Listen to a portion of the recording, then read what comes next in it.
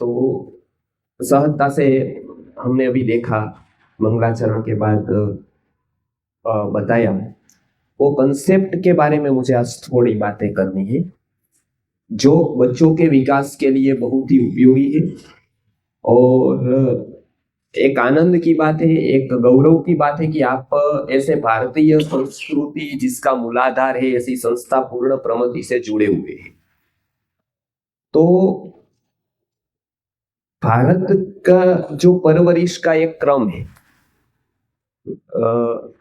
किस तरह से बच्चों को संस्कार देना, उसकी एक साइकोलॉजिकल मेथड है। और उसके कारण ही परिवार की अवस्थिति पूरे विश्व में केवल भारत के पास है। विश्व भर में कोई परिवार व्यवस्था नहीं है, फैमिली ऐसा कोई उसमें कंसेप्ट नहीं है। तो वो यहां पर क्यों है? क्योंकि यहां उसके लिए एक संस्कार है, एक प्रोसेस है और एक एजुकेशन सिस्टम है। उसके कारण यहां परिवार व्यवस्था है, और यहां परिवार व्यवस्था है इसके लिए वानप्रस्थाश्रम है, वो है इसके लिए मुक्ति की ओर हमारा प्रयाण है। ये सारा का सारा साइकोलॉजिकल। और ये यदि नहीं है तो पूरी चेन बनती नहीं मुक्ति की ओर। तो आदमी क्या है, फ्रस्ट्रेट रहता है, वो अकेलापन महसूस करता है, वो अलोननेस उसको होती है, और उसके कारण बहुत सारे साइकोसोमेटिक डिसीजेस आफ्टर 50 और 60 में। आपको पता है बाहर जो सुसाइड रेशियो बढ़ रहा है, लाइक स्वीडन में बढ़ रहा है और भी बहुत सारे देशों में बढ़ रहा है, उसका कारण कोई हताशा, निराशा या ऐसा कुछ न होने ये तो है ही, लेकिन उसका सबसे बड़ा कारण है कि उसका जो एजुकेशन सिस्टम है, बच्चों को जो सिखाया जाना चाहिए जिस उम्र में, जिससे बचाना चाहिए, वो उसके ऊपर पूरा का पूरा अज्ञान है। हम तंत्र को, मशीन को समझने के लिए जितना टाइम देते हैं उतना टाइम मनुष्य को समझने के लिए नहीं देते। हम अपने आप को, अपने बच्चों को समझने के लिए नहीं देते हैं। ऐसा मान लेते कि उसको अच्छी स्कूल में बिठा दिया तो बस हमारा काम पूरा हो गया। अच्छी स्कूल में जाएगा, ओके, तो वो अच्छा बन जाएगा, लेकिन ऐसा नहीं, क्योंकि वो पूरी प्रोसेस यहां से होती है। और आज दुर्भाग्य है कि जो टीचर्स भी है स्कूल्स के, उसमें भी साइकोलॉजी कितने लोग जानते हैं? बच्चों की परवरिश की, मशीन चलाना जानते हैं सब लोग, कंप्यूटर चलाना जानते हैं, मोबाइल चलाना जानते हैं, लेकिन मन को चलाना कैसे जानते? और व्यक्ति को शिक्षण देना है तो क्या आना चाहिए? मन को चलाना, उसको क्या कहना है, क्या नहीं कहना है, किस तरह से हमारा उसके साथ व्यवहार होना चाहिए, वो सबसे प्रमुख बात है। और उसका नॉलेज हमको तो यूनिवर्सिटी से नहीं मिलता है, बीएड करने से नहीं मिलता है, एमएड करने से नहीं मिलता है, साइकोलॉजी के ऊपर पीएचडी करने से भी नहीं होता है, क्योंकि ये पूरा का पूरा अप्लाइड साइकोलॉजी का नॉलेज है जो भारत के ऋषि मुनियों ने हजारों वर्ष इसमें दिए हैं कि मनुष्य के मन को कैसे पहचाना जाए। क्योंकि ये पूरा का पूरा ड्राइविंग है वो यहां से होता है। मनुष्य है ना, वो यहां से ड्रिवन, और किसी से भी वो चलता नहीं, यहां से चलता है। तो ये समझने के लिए पूज्य विश्वनाथ गुरु जी ने पूरे भारत का न्याय, व्याकरण से लेकर आयुर्वेद, बहुत सारे ग्रंथों का अध्ययन किया, हिमालय में वास किया, पूरे अपने आप को, आत्मा को उठाया, वहां तक ले गए विद्या के मतलब परमोच्च शिखर तक। और वो देखा कि ये सारे के सारे जो वो जिस स्थान पर पहुंचे, उस स्थान पर कैसे लोग पहुंच सकते हैं। तो सबसे पहली संभावना है कि जो छोटे बच्चे हैं उसकी परवरिश बराबर नहीं होती है, इसके कारण अनंत संभावना वाला बीज ऐसा ही रह जाता है, उसको अंकुरित नहीं होता है। बीज अंकुरित कब होगा? जब उसको पानी मिलेगा, जब उसको जमीन मिलेगी, जब उसको ऋतु मिलेगी। ये चार होगा तब वो अंकुरित होगा। ये चार नहीं मिलेगा, चार में से कोई एक नहीं मिलेगा, तो वो अंकुरित नहीं होगा। तो वो वटवृक्ष की संभावना होगी, वटवृक्ष नहीं हो। बच्चों में भी ऐसी अनंत संभावना है, लेकिन हमारे घर का वातावरण उस प्रकार का नहीं है। हमारी एजुकेशन सिस्टम ऐसी नहीं है कि उसको अंकुरित कर सके हम। तो उसको हमको पहले सुधारना है, पहले भारतीय रीति के अनुसार उसको बनाना है। इसके लिए पहले हमको अध्ययन करना है, पहले हमको सीखना है। बायोलॉजिकल रूप से माता पिता कोई भी बन सकता है, अपोजिट जेंडर चाहिए, बाकी का काम दो में से एक भी नहीं करता है, कुदरत करती। बायोलॉजिकल पेरेंट्स बनने के लिए, साइकोलॉजिकल पेरेंट्स बनने के लिए सारा काम हमको करना पड़ता है। ये दोनों में बहुत बड़ा डिफरेंस है। हम बायोलॉजिकल तो बन गए माता, तो भैया अभी जो थे महानुभाव महोदय, उन्होंने बताया कि धर्मो ही तेषाम अधिको विशेषो धर्मेण हीना पशुभिः समाना। वो 4 आहार निद्रा भय मैथुन, वो तो 4 का जीवन क्रम हम लोग जी रहे। उससे ऊपर की बात जो बतानी है, वहां से धर्म की शुरुआत होती। और कौमारा तातरेत प्राज्ञ भक्तान भागवतान इह, जैसे बताया है भागवत में, उसकी शुरुआत हमको उसी से करनी है, कौमार अवस्था से। तो उसमें पंचकोश का एक विकास का विज्ञान पूज्य गुरुजी ने तैत्तरीय उपनिषद से लेकर और सारे ग्रंथों से वो एक निर्माण किया कि वो कैसा था, उसको अभिव्यक्त किया, उसको दिया, उसको बता सकते कि फॉर्मेट किया था ही पहले, उसको फॉर्मेशन दिया, फॉर्मेट किया उसको। तो बच्चे का सबसे ज्यादा जो डिसीजेज होते हैं शरीर के स्तर पर, शारीरिक विकृतियां, वो 0 से 5 साल में होती। 0 to 5 years में उसका शरीर का स्वास्थ्य पूरा जीवन का कैसा होगा, वो पूरा का पूरा 0 से 5 years में निश्चित होता है। पहला गर्भ में निश्चित होता है, सेकेंड फेज में जन्म में निश्चित, जन्म के बाद 5 years तक होता है। उसकी इम्यूनिटी लो होती है, उसका पाचन तंत्र अच्छा सक्रिय नहीं होता है, और उसके कारण उसको बहुत सारे डिसीजेस 0 to 5 years में हो सकते हैं। और उसका ठीक ध्यान न रखा जाए तो जीवन भर के लिए वो रोगी हो सकता है। तो 0 to 5 years लालयेत पंचवर्षाणी, ऐसा बताए। उसका लालन पालन करना है, शरीर को केंद्र में रखता है, मतलब लालन। क्या केंद्र में है? शरीर केंद्र में है, तो उसको कहते हैं लालन। केंद्र बिंदु क्या है? शरीर है। इसके लिए 0 to 5 वर्ष के बच्चों को बहुत समय तक मां से अलग नहीं रखना है। और आज मां से अलग ले रहे हैं। पुणे में मैं देखता हूं बहुत सारे पेशेंट हमारे टाइप 1 डायबिटीज, जिसको जुवेनाइल डायबिटीज कहते हैं, उसके पेशेंट 1 लाख से ज्यादा है भारत में आज। बराबर है। अच्छे अच्छे घरों के बच्चे इंसुलिन पर है, और इतना कॉम्प्लिकेटेड डिजीज है कि उसको आप देखोगे तो आपको अपने भगवान को थैंक यू कहने का मन होगा, आभार प्रकट कि मुझे इतना अच्छा शरीर दे दिया है, जिसको जो मुझे देखना नहीं पड़ता। नहीं तो क्या है, उसको बार बार शरीर को याद करना पड़ता है, शुगर टेस्ट करना है, वापस इंसुलिन लेना है उसको, क्योंकि बार बार उसका ध्यान रखना है उसके बॉडी को। एक रोग आ गया कि हमारा केंद्रीकरण पूरा का पूरा बॉडी हो जाता है। इसके लिए हमने आयुर्वेद गिनाया है। आयुर्वेद हम अनुसार करेंगे, आयुर्वेद को हम जिएंगे, आयुर्वेद को अपनाएंगे, आयुर्वेद के अनुसार हमारा आहार विहार रखेंगे, तो क्या होगा? शरीर स्वस्थ रहेगा। शरीर स्वस्थ रहेगा तो क्या होगा? मोक्ष के प्रति प्रयाण होगा। कैसे? मोक्ष पाना है तो सब भूलना है। We must forget the world. But start कहां से होता है? वर्ल्ड बॉडी से होता है। वर्ल्ड में सब कुछ है, आपका बॉडी ठीक नहीं है तो आपके लिए कुछ नहीं। बहुत बड़ा कार्यक्रम है, सब कुछ है, लेकिन यदि बॉडी ठीक नहीं है तो कुछ नहीं है। तो वर्ल्ड कहां से शुरू होता है? बॉडी से। तो सबसे पहले क्या भूलना होगा? बॉडी को। शरीर को, उसको भूलना है तो वो स्वस्थ रहेगा तो भूल पाएंगे कि रोगी रहेगा तो भूल पाएंगे? जैसे आपको आपने मैं पूछूं कि आपको आपने आपने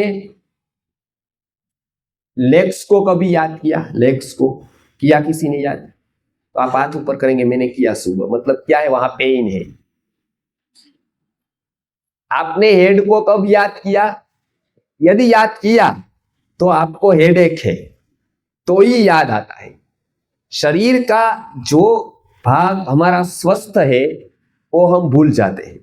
जैसे दांत है, अब जिसको पता है, जिसको कैविटी है ऐसा कोई भी है तो बार बार वही याद करेगा, वो प्रवचन कितना भी अच्छा हो, लेकिन उसके लिए गुरुजी नहीं, आचार्य नहीं, डेंटिस्ट महत्व का हो जाएगा। उसको क्या याद आएगा कि इधर मैं पूरा करूं और डेंटिस्ट के पास जाऊं। क्यों? क्योंकि दांत में दर्द, तो याद क्या आएगा? दांत आएगा। बराबर है। क्यों? बॉडी का जो पार्ट हम स्वस्थ रखते हैं वो पार्ट से हम ऊपर उठते हैं, वो पार्ट को हम भूल जाते, तो हम ऊपर की यात्रा पर निकलते हैं। 0 to 5 इयर्स के बच्चे को माता जब अलग करती है तो उसको एक प्रकार का शौक, अकेलापन महसूस होता है, क्योंकि माता उसके लिए सब कुछ है, पिता भी नहीं, माता। क्योंकि लालन पिता नहीं कर सकता, उसके पास वो क्वालिटी नहीं है लालन करने की, कुदरत ने वो नहीं दी, वो इतना नजदीक जा ही नहीं सकता है, क्योंकि उसके पास धंधा करना है, उसको इलेक्शन में खड़ा रहना है, प्रमुख बनना है, 1000 बातें उसके जीवन में आसपास, तो उसकी चेतना फोकस नहीं हो पाती है। प्रेम करने के लिए क्या है? विश्व शून्य हो जाना चाहिए, तब हम किसी को प्रेम करते हैं। वो पार्टली नहीं हो सकता है, वो ऐसा नहीं कह सकता है कि 1 घंटे में प्रेम करता हूं, या तो कोई ऐसा नहीं कह सकता कि मेरा प्रेम आप में 50-50 है। बराबर है, मतलब 50% तो प्रेम है लेकिन 50% नहीं है। ऐसा हो सकता है क्या? नहीं हो सकता है। होगा तो 100% होगा, नहीं तो 0 होगा। पार्टली नहीं हो सकता है। और पुरुष की चेतना है वो फोकस नहीं है, उसको पार्टली सब है, उसको उधर वो करना है, उधर वो करना है, सब कुछ मैनेज करना है। बराबर, उसको एक से संतुष्टि नहीं है कुछ भी। महिला को क्या है, स्त्री को क्या है? एक है, उसका विश्व आ गया उसमें। इसके लिए सारे युद्ध किसने किए हैं? पुरुष ने किए, क्योंकि महत्वाकांक्षा की दौड़ पुरुष में, बाहर की दौड़ उसमें। तो लालन कौन कर सकता है? सबसे उत्तम माता। तो हमारे यहां माता मर जाए तो दुख की बात, अनाथ कहलाता है। पिता चला जाए तो बहुत कमी नहीं आ सकती, भौतिकता की कमी आ सकती है जो दूसरा पूरी कर सकता है, लेकिन माता का रोल कोई दूसरा नहीं कर सकता है। तो 0 to 5 इयर्स का समय है जो बच्चों का, उसमें माता को विशेष ध्यान देना है, तो उसका अन्नमय कोश अच्छा रहेगा, जीवन भर के लिए स्वास्थ्य उसका अच्छा बन जाए। तो उसके बॉडी के सेल्स, उसका त्रिदोष का जो बैलेंसिंग है, आयुर्वेद कहता है कि त्रिदोष का आप जितना बैलेंसिंग करेंगे, लाइफस्टाइल डिजीज तो आपको होंगे ही। त्रिदोष बैलेंस करने के लिए हम एक वैदिक पेरेंटिंग का 3 दिन का शिविर रखते हैं, माता पिता का और बच्चों का। आपका मेडिकल का बिल बिल्कुल चला जाए।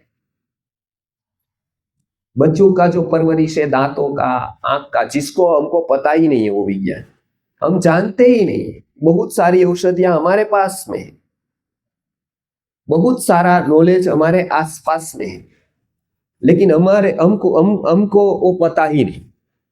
जैसे आज तक हमको रईस पता नहीं है, कोई वैज्ञानिक ने बताया कि आप ये रईस का उपयोग करके आप फोन का एक डिवाइस लिया, उससे आप कहीं पर भी बात कर सकते हो। तो हमने बात करना चालू कर दिया। और रईस कोई लाया नहीं, वो यहीं पर थे ना, वो यहीं पर थे, वेव्स यहीं पर थे, वो उसका उपयोग किया। उसी तरह से हमको बहुत सारी चीजों का ज्ञान नहीं, बहुत सारी औषधियों का ज्ञान नहीं, बहुत सारे ऐसी वस्तुओं का ज्ञान नहीं है जो हमारे बच्चों को नुकसान करता है। अभी नहीं, अब तो करता ही करता है, भविष्य में उसको कैंसर जैसे डिसीज, हमको वो पता ही नहीं। बाहर का हम भोजन करते हैं, उसमें अजीनोमोटो, जो 5th टेस्ट कहा जाता है, जो आप स्विगी या जोमेटो से मंगाते हैं या तो फिर कोई भी ब्रांड का आप जो भी पिज्जा या बर्गर इत्यादि खाते हैं, तो उसमें अजीनोमोटो डाला जाता है। एक प्रकार का टेस्ट है वो टेस्ट हमको एक्साइट करने के लिए, हम हमारे पास पेट भरा है लेकिन वहां से निकलेंगे तो वो स्मेल आएगी, तो स्मेल आएगी तो हम थोड़ा उत्तेजित होंगे, उसमें पाचक यहां पर पानी आए तो उसमें हम जाएंगे। वो क्यों खाने के लिए गए हम? क्योंकि यहां पर कुछ हुआ, पेट तो भरा हुआ था, खाकर आए थे, लेकिन यहां कुछ, यहां इफेक्ट हुई कि हमने खाया। वो सिंथेटिक फूड है। सिंथेटिक फूड को अंतर की पाचन तंत्र पहचान नहीं पाती, पचा नहीं सकती है, वो टॉक्सिन्स बनकर शरीर में रहता है, जिसको आयुर्वेद ने विष कहा है। और ऐसा विष बार बार लिया जाए तो भविष्य में उसके कारण डिसीजेज होते हैं, और हम मानते हैं कि अच्छा वो तो पूर्व जन्म का कुछ होगा, तो अब मेरा कैंसर हो गया, मुझे डायबिटीज हो गई, पूर्व जन्म का कुछ किया होगा मुझे, इसी जन्म में किया है, इसी जन्म में लेकर खाया है, इसी जन्म का है, और हम मानते कि इससे कुछ होगा नहीं। क्योंकि बॉडी को हम समझेंगे तो हम ज्यादा जागरूक बॉडी के ऊपर होगा, ज्यादा जागरूक होंगे तो बच्चे के ऊपर हम ध्यान देना शुरू करें। आज तो हम ही जागरूक नहीं है, कुछ भी खाते हैं, कुछ भी पीते हैं, और इसके कारण बच्चों को डिसीज बढ़ रहे हैं।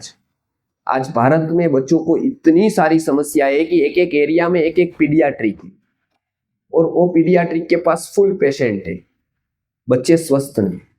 और बच्चे शारीरिक रूप से स्वस्थ नहीं है तो बहन ने बताया प्रथमे नार्जिता विद्या, विद्या ग्रहण करने के लिए वो योग्य ही नहीं, क्योंकि विद्या ग्रहण करने के लिए शरीर अच्छा होना चाहिए।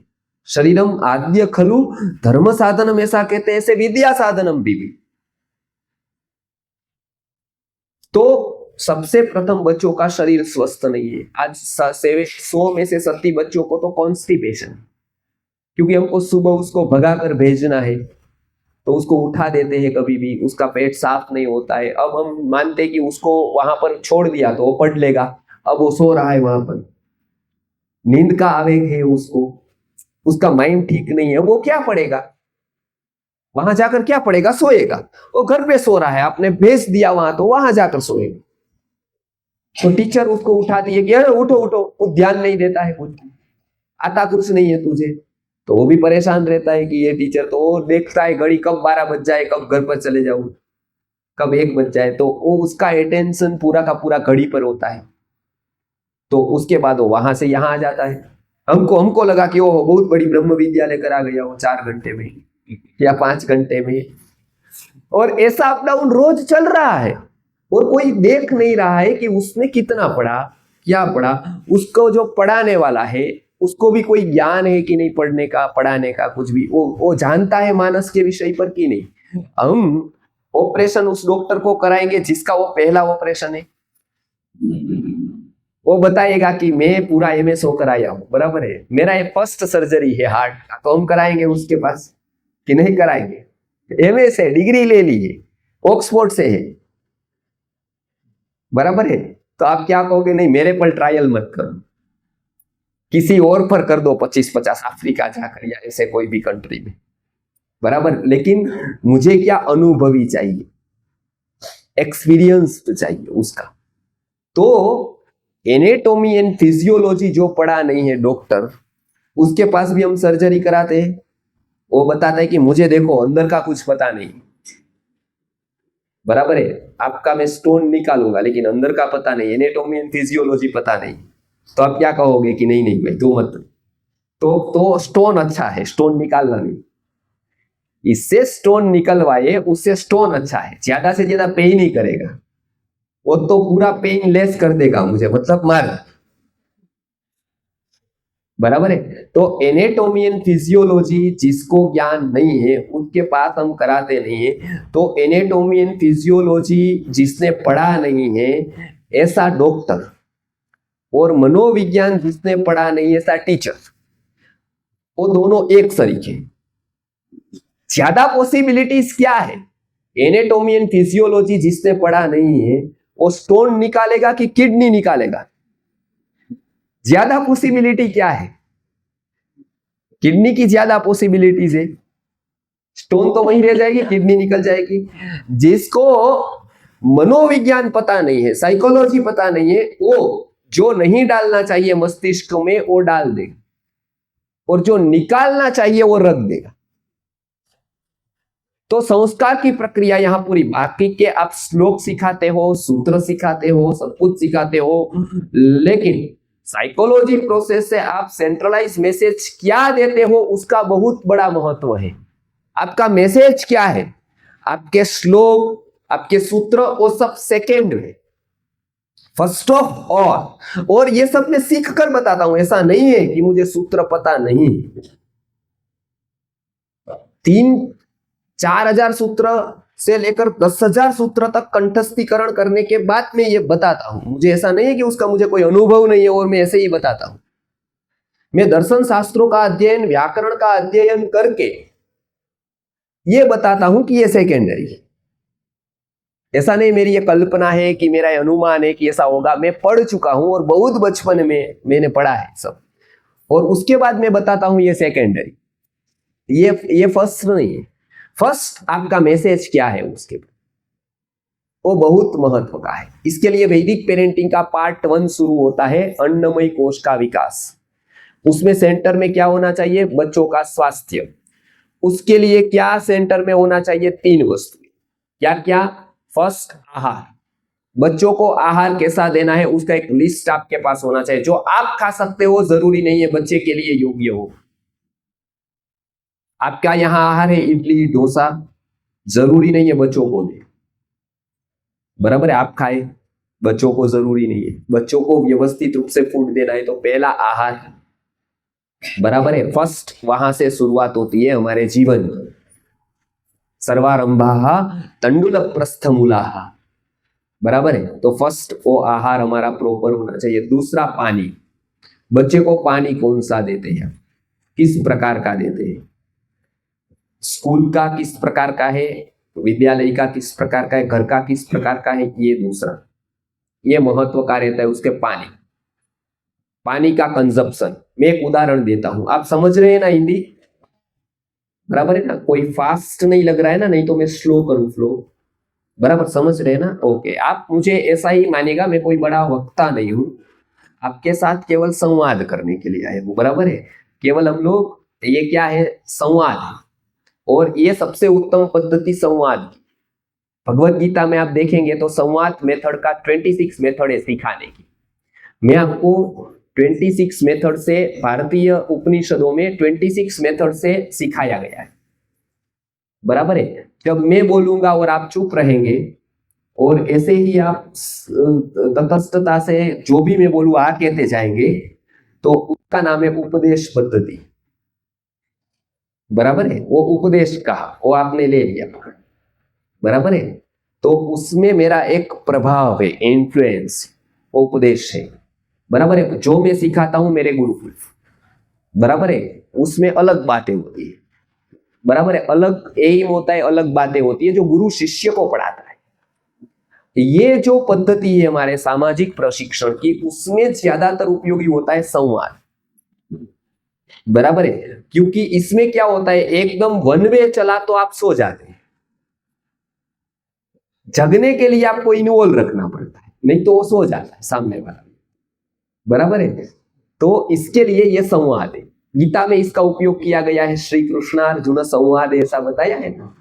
तो ये, तो फर्स्ट क्या बताया? आहार बच्चों का, सेकेंड पानी, थर्ड उसकी नींद, बराबर है?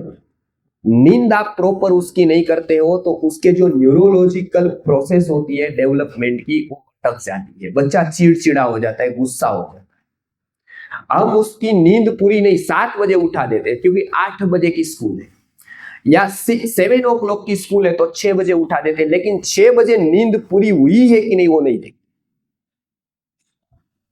6 बजे नींद पूरी नहीं हुई और आपने उठाया, अर्थात आप उसके ऊपर अन्याय कर रहे हो, क्योंकि नींद पूरी न होने से व्यक्ति का मस्तिष्क ठीक नहीं रहता है, पता है ना? आप भी यदि ठीक से सोए नहीं हो तो आपके लिए प्रवचन नहीं, आपके लिए नींद जो आप बाहर ले सकते हो, क्योंकि यहां ली तो और 4 लोगों को आएगी आपको देखकर, और मुझे भी इरिटेशन होगा आपको नींद में देखते हुए, क्योंकि सबसे ज्यादा मुझे कलह, शोर, डिस्टरबेंस और किसी से नहीं होता है। मेरा पूरा उत्साह चला जाता है तब सामने वाला व्यक्ति सोता है सामने। प्रवचन के टाइम सबसे बड़ा डिस्टरबेंस कौन सा है पता है? प्रवचन का। कोई भी अच्छा प्रवचनकार हो, अच्छा स्पीच देने वाला हो, उसका सबसे बड़ा स्पीड ब्रेकर क्या है? सबसे वो कब डिस्टर्ब होता है, बराबर है, तो वो होता है जब सामने वाला सो जाता है, तब उसको लगता है कि वो सब गया मेरा पानी में, बराबर है, मेरा धक्का हुआ यहां पर। ऐसा होता है, जैसे आप ऐसे नहीं है, बराबर है। आपको यदि नींद भी आती हो तो आप बाहर जाकर सो सकते हैं, क्योंकि आयुर्वेद ने नींद के आवेग को गिनाया है जो हमारे हाथ में नहीं है। आप लाते नहीं है, वो आपको आती है, तो आप दोषी नहीं है उसमें, आप वहां जाकर सो सकते हैं, क्योंकि वो नींद का आवेग है ना, वो 13 आवेग में से एक बड़ा आवेग है शरीर का। तो बच्चों को ये आवेग है और हम उसको कभी भी उठाकर भेज देते हैं, तब उसकी नींद पूरी नहीं होती है, तो उसकी जो मेमोरी होती है उसके ऊपर उसका बड़ा साइड इफेक्ट होता है। इसके लिए बच्चा चिड़चिड़ा होता है। 100 में से 70-80 बच्चे चिड़चिड़े, जिद्दी, गुस्से वाले हैं, बराबर है। और उसके कारणों क्या बन जाते हैं? वो एक प्रकार के रोग से पीड़ित हो जाते हैं, एग्रेसिव हो जाते हैं, बराबर है। वो एग्रेसिवनेस आती है उसमें, क्यों? उसकी नींद ठीक नहीं। जिसकी नींद व्यवस्थित है वो व्यक्ति में शांति होगी, प्रसन्नता होगी, ये सब नींद के गुण। तो 0 से 5 साल तक बच्चों को नींद नहीं देने से ज्यादातर बच्चे एग्रेसिव हो जाते, गुस्से वाले हो जाते, अच्छा मोटे हो जाते, क्योंकि उसका प्रभाव उसका हार्मोनल बैलेंस पर पड़ता है। हार्मोन्स बैलेंस होने चाहिए हमारे सारे, जो अंतस्राव कहा जाता है उसका। और वो इतना गुस्सा वाले, जिद्दी ऐसे रहते हैं तो हार्मोनल इनबैलेंस होता है उसका, पाचन तंत्र ठीक नहीं रहता है, और उसके कारण मोटापा आता है उसको। देखो आप बहुत बड़े हो गए, अभी शरीर, मन और शरीर का रिदम टूट गया। खुद है कितने साल का? 8 साल का, 10 साल का, 5 साल का, लेकिन लग कितना रहा है वो? 12 साल का, 15 साल का। क्या हुआ है? रिदम टूट गया है शरीर और मन के बीच का। बहने हैं कितने साल की है? 10 साल की है, लेकिन मेंसिस चालू हो गया है। हुआ है, पता है आपको? अर्ली मेंसिस, प्रीमेच्योर मेंसिस होता है, पता है आपको? क्या हुआ है? शरीर और मन की रिदम टूट गई, और वो टूटी तो अभी उसका दुष्परिणाम वो दोनों आगे पीछे चले। जैसे मैं और मेरे साथ कोई चलने वाला जब हम आगे पीछे हो जाते हैं तो क्या होता है? हमारा रिदम टूट जाता है, कन्वर्सेशन नहीं होता है, कम्युनिकेशन नहीं होता है, क्योंकि वो आगे है, मैं पीछे हूं। शरीर और मन दोनों साथ में चलने चाहिए, आगे पीछे हो गए कि बहुत सारे डिसीजेस होते हैं। तो हमने क्या किया? उसको जो दृश्य एक्साइटमेंट होता है, उत्तेजना बढ़ती है, ऐसे दृश्य उसको नहीं दिखाने हैं, ऐसे हमने टीवी में दिखाए उसको। बच्ची ने वो दिखा, वो 8 साल की है, उसको कुछ पता नहीं है, लेकिन वो उसने देखा, फिजिकल रिलेशन देखा, किसी का रेप देखा, किसी का सेक्सी वीडियोस देखे, किसी का कुछ वहां देखा तो उसमें एक आया प्रश्न, ये क्या होता है? वो एक्साइटमेंट बढ़ी, क्योंकि उसने बार बार रिपीटेडली देखा हो। वो देखा तो उसके जो हार्मोन से वो उत्तेजित होने लगे, और वो होने लगे कि उसमें मैच्योर की तरफ हो गए, सेक्सुअल मैच्योरिटी की तरफ, और हो गए कि उसका मेंसिस गर्भाशय के ऊपर प्रभाव हुआ, गर्भाशय के ऊपर प्रभाव हुआ, मेंसिस चालू हुआ। अब वो है 10 साल की, मन के स्तर पर उसके जो हार्मोन्स हुए वो 12-13 साल पे जो सेक्रेशन जिसका होना चाहिए वो आज हो गया, अभी हो गया। वो दोनों की रिदम टूटी, बहुत सारे डिसीजेस हुए, अनंत मन विकृत हो गया। मनोविकृति आई, या ज्यादातर युवतियां बंबई में है हम देखते हैं, वो मनोविकृति है। और मनोविकृति आई तो एडिक्शन आपको होगा, किसी को भी होगा, कुछ लेने की आदत होगी, या ड्रग्स ले रहे हैं या और कुछ ले रहे हैं। क्यों? क्योंकि हमने बचपन से गलती कर दी। उसको क्या नहीं देखना क्या, क्योंकि ऐसा कोई मेंटर नहीं रहा, गुरु नहीं रहा, संस्थाएं नहीं रही। तो वो आज हमारी जिम्मेदारी है, युवा पीढ़ी को, बच्चों को बचाना है।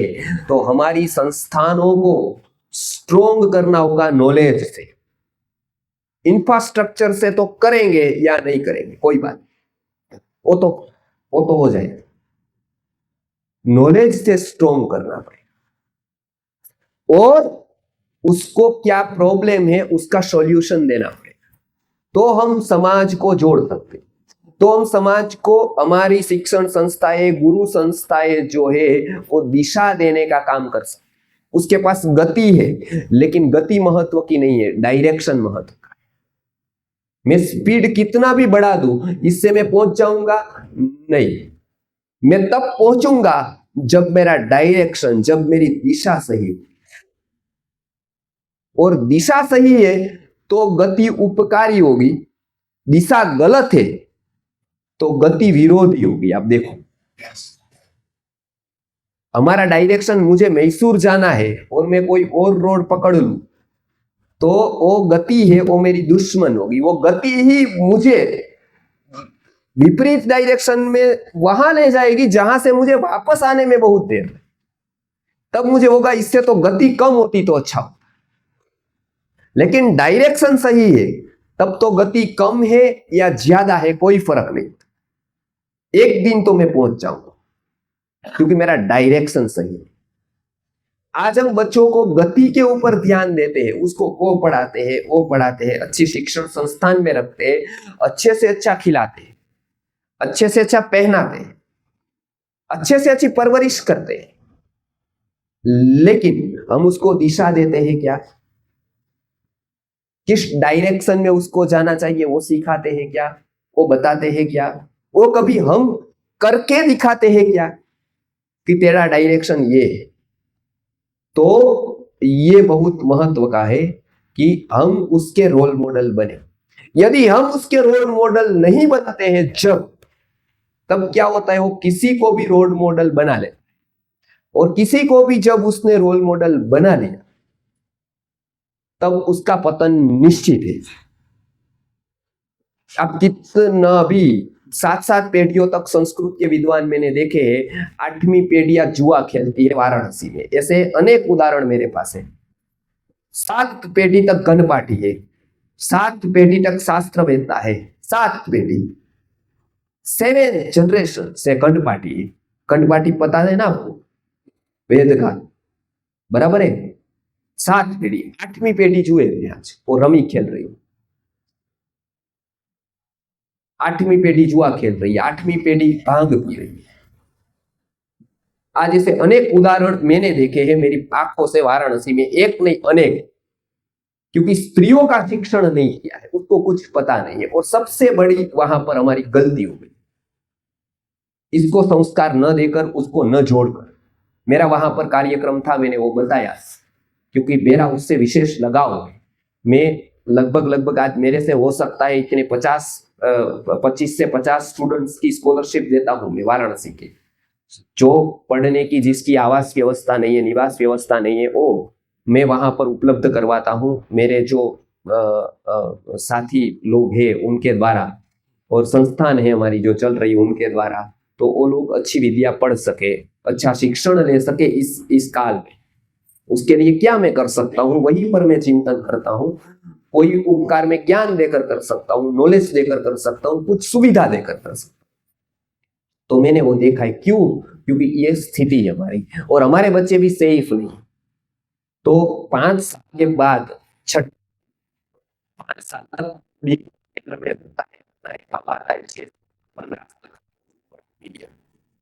जिसको हम कहते हैं कि 10 वर्षाणी ताड़य। ताड़न करना अर्थात मारना नहीं, अनुशासन करना। अनुशासन एक शब्द है, बच्चों को ब्रेक कर, जहां पर वो गलत दिशा पर जाए उसको कंट्रोल कर, कंट्रोल पावर, कंट्रोल पैनल होनी चाहिए आपके पास है 6 to 15 ईयर्स तक। और आपको रोल मॉडल बनना है, वो प्रथम बात है, क्योंकि हम जब रोल मॉडल उसको नहीं दिखाते हैं, नहीं बनते हैं, तब वो सब जिसको देखता है, जो उसके मन में बार बार उभर कर आता है, ऊपर देखता है, उसको वो रोल मॉडल मान लेता है। मनुष्य का मन ऐसा है, जिसको ऊपर देखा उसका वो फॉलोअर बन गया, चाहे किसी भी अर्थ में वो ऊपर है, ज्यादा दौड़ने में है, ज्यादा बोलने में है, ज्यादा करने में है, किसी भी बात में ऊपर देखा, क्योंकि आदर्श हमेशा इस तरह से, बराबर है, तो उसका वो फॉलोअर बनता है। अब वो कौन उभर कर आता है? क्रिकेटर और एक्टर, क्योंकि कैरेक्टर को हमने लेस कर दिया है। क्योंकि माता पिता फ्री होते रविवार को मैच देखने बैठ जाते हैं, और इसमें हमारे नैयायिक वैयाकरण भी बाकात नहीं है, वो भी रविवार का दिन ऐसे ही गुजारते हैं। छुट्टी गवर्नमेंट की है, वाराणसी में मैंने देखा, वो भी क्रिकेट के ऊपर दीवाने हैं। पहले क्या था? बालस्तावत क्रीडासक्त, तरुणस्तावत तरुणीरक्त, वृद्धस्तावत चिंता मग्ने, परे ब्रह्मणि कोपी न लग्न। लेकिन अभी क्या है? बालस्तावत क्रिकेट सक्त, तरुणस्तावत क्रिकेट सक्त, आईपीएल सक्त, वृद्धस्तावत आईपीएल सक्त, बराबर है। तो उसका देखा है। अब क्या होता है, वो देखता है कि ये मेरे माता पिता जो देख रहे हैं, मतलब उससे भी महत्व का वो है, बराबर। क्योंकि हमारे यहाँ महत्व के ऊपर कॉन्सेंट्रेशन होता है। इसके लिए हमारे यहाँ क्या होता था? गुरु शिष्य परायण होता था, शिष्य गुरु परायण होता था।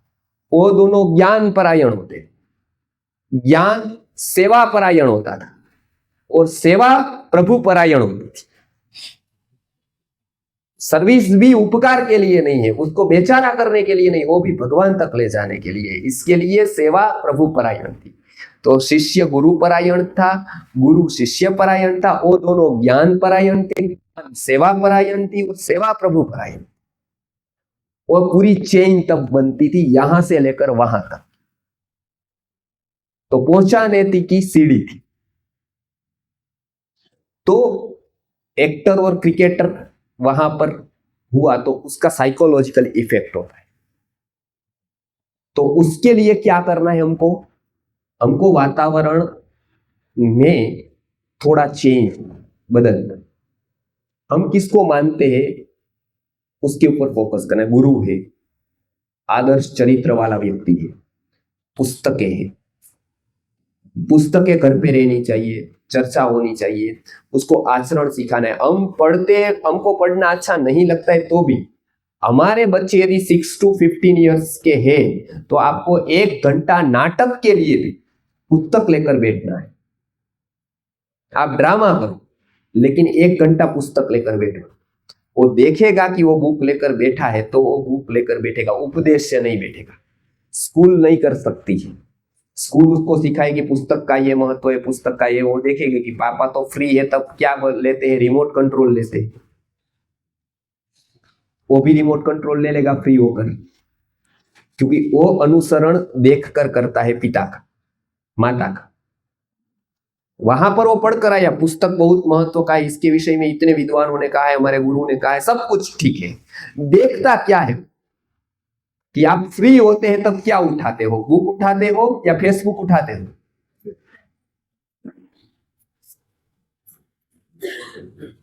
तो हम ये कहते हैं कि फेसबुक को छोड़कर आप बुक को फेस करना चालू करो।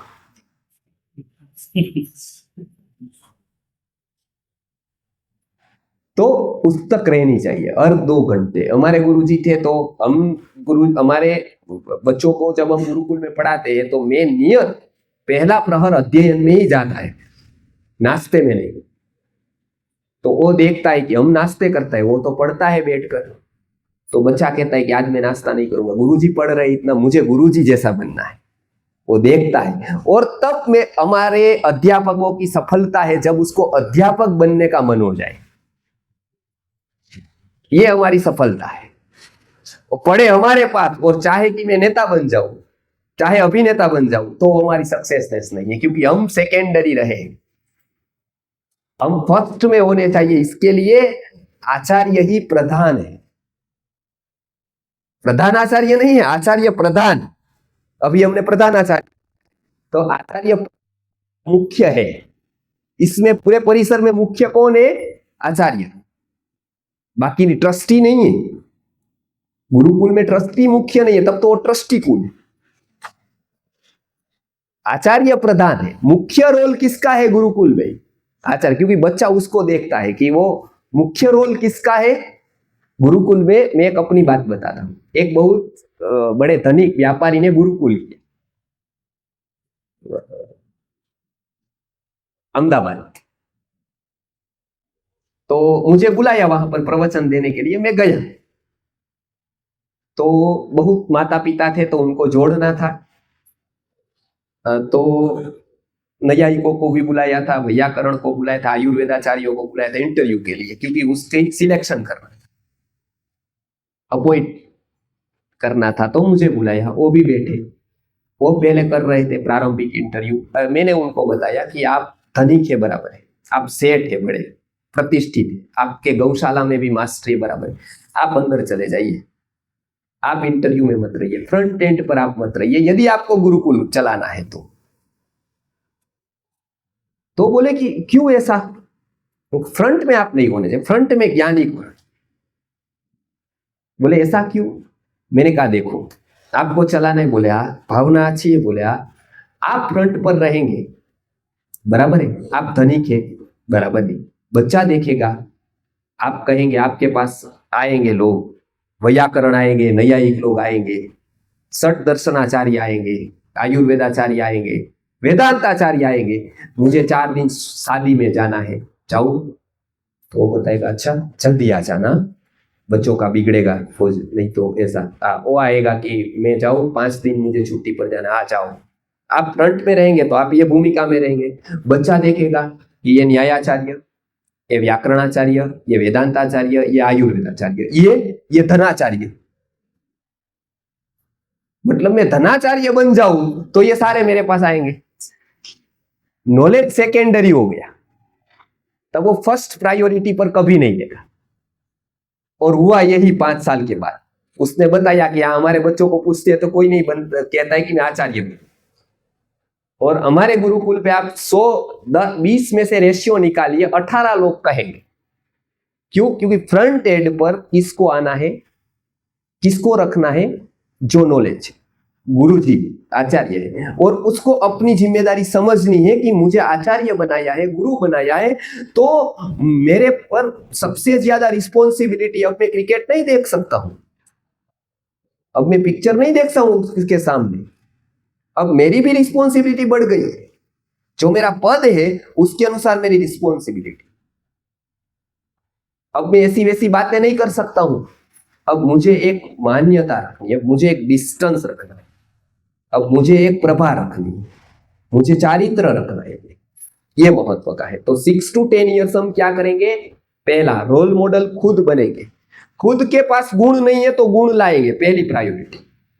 उसके लिए हम एक शिविर करते हैं 3 दिन की, कि आपको एज ए पेरेंट्स आपके अंदर कौन सी क्वालिटी डेवलप करनी है जिससे बच्चे अपने आप वो क्वालिटी डेवलप करेंगे। वो क्वालिटी आप डेवलप नहीं कर सकते, कोई बात नहीं, लेकिन वो क्वालिटी आप में है ऐसा आपको दिखाना है। जैसे आपको पढ़ना अच्छा नहीं लगता है, आपको बुक खोली और आंख बंद हो गई, ऐसा होता है। बुक का खोलते ही नींद आ जाती है, आपको हो सकता है ऐसा, क्योंकि बुक कभी खोली ही नहीं है। आंख के सामने हमेशा टीवी रखा है, मोबाइल रखा है, तो बुक आई ही नहीं है। कोई बात नहीं, लेकिन बच्चा देख रहा है तब आप बुक पढ़ने चाहिए, तो बच्चा को लगेगा बुक में पढ़ने जैसा कुछ है, मम्मी पढ़ रही है, बराबर है।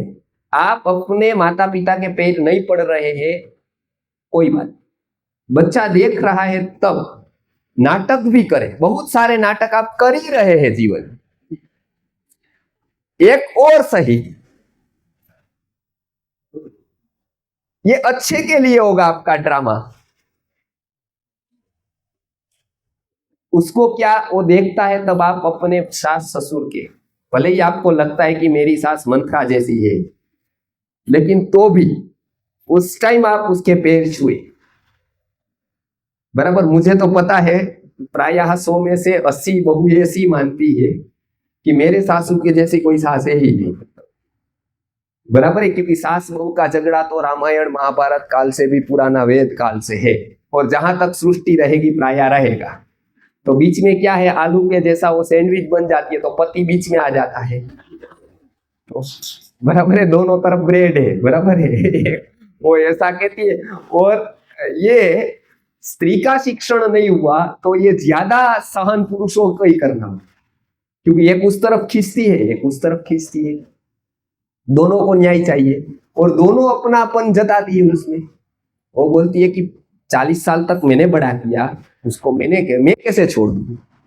और वो कहती है कि मैं शादी करके आई, पूरा समर्पण किया, उसने समर्पण किया है लेकिन पूरा का पूरा इज्जत कर लिया उसने। कहता है क्या है कि उसको सप्तपदी में क्या कहती है कि वो समर्पित हो जाती हूँ, बराबर है। सप्तम ऐसा प्रवीण, बराबर है, सप्तम में वो बताती है। तो वो क्या करती है, हाईजेकिंग है उसका पूरा का पूरा सास के पास। तो ये जब वो देखता है बच्चा, बराबर है, बीच में मैं हास्य कराता हूं, आप गलत मत मानिएगा, क्योंकि आपको जगाए रखना जरूरी है, बराबर है। आप सो न जाए उसका मैं ध्यान देता हूं, बराबर है। तो ठीक है, तो इसके लिए ये होता है, वो आपका महत्वपूर्ण नहीं है, वो गंभीर बात नहीं है, उसमें आप मत लीजिएगा कुछ भी। मतलब आपके साथ सास के साथ झगड़ा नहीं है तो आप ऐसा मानिएगा कि आप अपवाद है, या तो फिर आपके लिए वो नहीं है, झगड़ा शुरू मत करिएगा कि चलो गुरुजी बताते थे कि 100 में से 80 की स्थिति ऐसी है तो ये में स्वाभाविक, ऐसा नहीं है।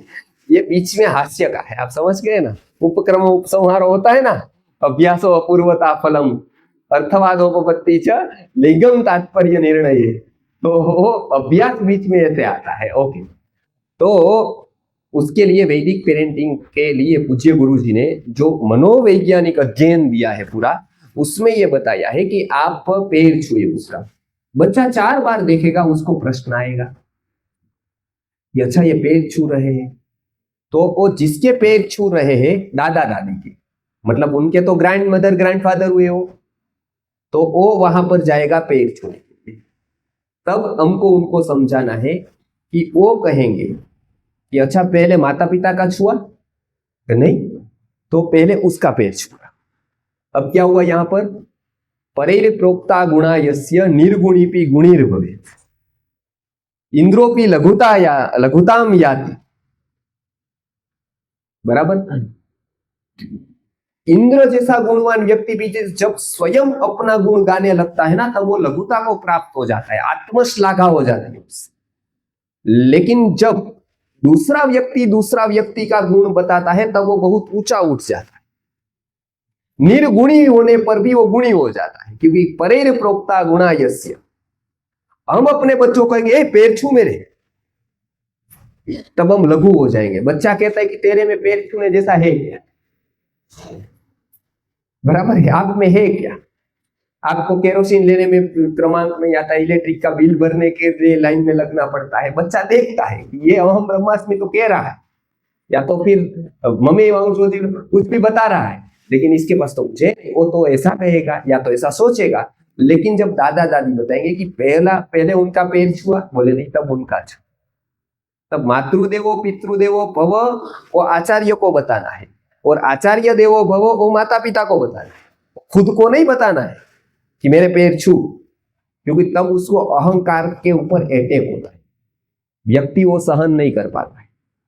ये पूरा का पूरा मनोवैज्ञानिक विश्लेषण है, उसमें पूरा व्यक्ति का माइंड जब से सृष्टि हुई तब से ऐसा ही चल रहा है। वो चाहे कितने भी सॉफ्टवेयर बना ले, वो चाहे कितना भी यांत्रिक प्रगति कर दे, कितना भी आगे बढ़ जाए, मूल्य शिक्षण है वो महत्व का रहेगा रहेगा रहेगा। तो हमको ये मूल्य शिक्षण जो 6 से 10 साल की उम्र में देना है, उसका पहला पार्ट वो होता है रोल का। सबसे पहले रोल मॉडल आप बन जाओ। आपको ये 5 गुण ऐसे होने चाहिए जिसको देखकर वो बच्चा वो गुण उठा ले, वो अनुसरण करने लगेगा, वो बहुत बड़ी महत्व की बात रहेगी। तो ऐसे ही हम पूरी की पूरी बातें, इसका पूरा स्ट्रक्चर है वो हम वैदिक पेरेंटिंग की शिविर में लिस्ट देते हैं कि आपको क्या क्या बच्चों पे ऊपर इस प्रकार से करके शिक्षण डालना है।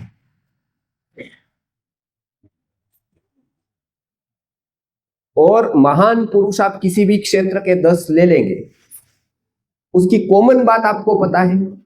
कॉमन बात क्या है? महान पुरुष हुए विद्या के क्षेत्र में हुए, राजनीति के क्षेत्र में हुए, शासन के क्षेत्र में हुए, समाज सेवा के क्षेत्र में हुए, किसी भी क्षेत्र में हुए, उसकी कॉमन बात क्या है? कॉमन बात ये है, एक कॉमन बात तो ये है कि उसको जो अच्छा नहीं लगता था वो उसने करके करके करके करके आदत डाल दी करने की, तो वो सफल हो गई। जो उसको करने जैसा था लेकिन करना अच्छा नहीं लगता था, हमारी बात है, हमारे लिए बहुत आवश्यक ये है ऐसी बातें, लेकिन हमको उससे ऊब आती है, कंटाला आता है। पिक्चर हुआ तो आसान हो जाता है, सीरियल होता है बिल्कुल आसान है, वेब सीरीज बिल्कुल आसान है। क्यों? हमको अच्छा नहीं लगता है लेकिन करने जैसा है, उसकी हमने कभी आदत नहीं डाली। उसने वो बातें करते करते करके करके वो आदत डाल दी, अच्छा नहीं लगता है तो भी वो करना है, तो वो सफल हो गई। और निष्फल होने वाले लोगों में एक बात कॉमन क्या है? उसको जो अच्छा नहीं लगा उसको करने की आदत ही नहीं डाली कभी, तो जीवन भर निष्फल रह गए। क्योंकि मन को उसने कभी भी आदत डालने, मन को कभी भी उसने नियंत्रित नहीं किया, संयमित नहीं किया, मन को दिशा देने का प्रयत्न नहीं। उसको जो अच्छा नहीं लगा उस पर वो आगे नहीं बढ़े, उसको छोड़ दिया, बस वहां से प्रमाद की शुरुआत हुई। मन को कभी भी उसने शिक्षित नहीं किया। तो हम ये वैदिक पेरेंटिंग की जब शिविर 3 दिन की होती है उसमें समझाते हैं कि बच्चों को दूसरे पार्ट में बना, उसको जो अच्छा नहीं लगता है तो आप छोड़ो मत, उसको करके करके करा के उसको करने की आदत डाल, करके करके करके करने की आदत मन में डाल दी, वो सफलता की। और उसको सुबह अच्छा नहीं लगता है सुबह जल्दी उठना, हम क्या कहते नहीं उसको सोने दो। तब क्या किया हमने? उसके मन को प्रशिक्षित नहीं किया। 6 से 10 साल की उम्र में क्या क्या ध्यान में रखना है? प्राण और मन। क्या क्या? गौण किसको कर देना है? बॉडी को, शरीर को, बराबर है। क्योंकि उस समय का परवरिश का समय किसका है? प्राण और मन का है। शरीर हो गया, इसके लिए प्राण और मन की शिक्षा देने के लिए गुरु था, शरीर की शिक्षा देने के लिए माता पिता,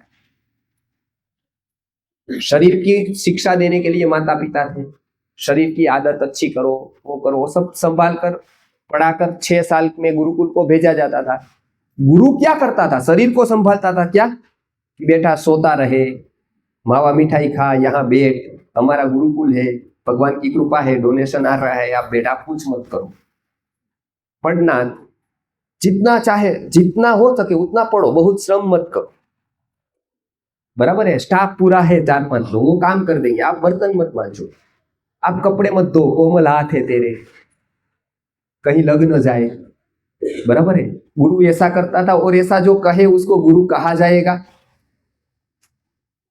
हमारे यहाँ एक बच्ची आई पंजाब से, वैशाली बहन को पता है, अंशु दीदी भी थी उस समय गुरुकुल में, पंजाब से आई।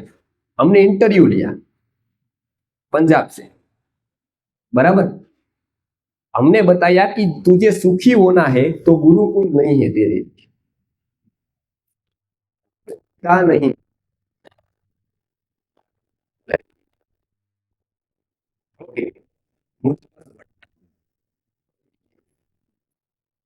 हाँ, गुरुकुल आ गई, सोमवार को आ गई, हम वैदिक पेरेंटिंग की शिविर होती है, उसके बाद चयन होता है बच्चों का, फिर हम लाते हैं उसको। बच्ची 10 साल की लाए, 2 दिन गए, मंगलवार बुधवार, गुरुवार को क्रम आता है कपड़े धोने का। अब उसको ऐसा था कि कपड़े का तो मशीन होगा, वॉशिंग मशीन में डाल देंगे, दूध जैसी सफेदी वाले कपड़े बाहर आ जाएंगे, बराबर है। अब यहाँ कपड़े उसको हाथ में दिए और कहा कि आज तो सब बच्चों का कपड़े का क्रम है, तो सब लोग कपड़े धोएंगे। कपड़े धोने के लिए तो गई, वहां पर दूर हमारा एक नल वगैरह है, तो वहां पर वो गई, एक तरफ से नल खोला, बाकी के बच्चे भी वहां दूसरी दूसरी जगह पर कपड़े धो रहे थे। एक तरफ से नल खोला तो पानी की धार हुई, एक तरफ से आंसू की धार हुई। तो बच्चे सब ऑब्जर्व कर रहे थे कि क्या हुआ। तो लोगों ने बताया कोई मारता नहीं, वहां मारना डांटना मना है, बराबर है। तो किसी ने कुछ कहा नहीं उसको, तो हमारे पास आ गए फरियाद कर। मैं वहां पर जा रहा था बाहर फार्मेसी पर, 10 बज गए थे, तो मुझे मैं गया था तब, बस जस्ट जा रहा था, तो मुझे पता गुरुजी वो रो रही है। मैंने कहा क्यों? तो वो रोती रोती बोली कि इतना दुख मैंने जीवन भर में कभी नहीं देखा, इतने खराब दिन मैंने कभी नहीं देखे। तो वहां तो मेरी माँ मुझे धो देती थी, कपड़े पूरा तैयार करके देती थी। तो मैंने कहा कि वो रोल में मैं आ सकता हूँ, बीबी मैं करके दे सकता हूँ। रो रही है, मुझे जाना है, घर पे जाना है, घर पे जाना है, फोन करो फोन। तो मैंने कहा कि ठीक है, फोन कर देते आपके माता पिता को। फोन किया, माता पिता ने बताया कि वहां क्या कमी है। हम केवल इतना ही है कि यहाँ पर हमारा वॉशिंग मशीन था, तो वहां पर हम भिजवा देते हैं काम को। तो मैंने कहा कि मैं यदि दुर्बल होता तो हाँ कहता कि आप भिजवा दो। तो फिर आपके जैसा और कोई माता पिता कहेगा कि मैं टीवी भिजवा देता हूँ, और कोई होगा तो कि मैं सिनेमा भिजवा, तब तो ये सिनेमा घर बनेगा गुरु। जब आप निश्चित करेंगे इधर क्या,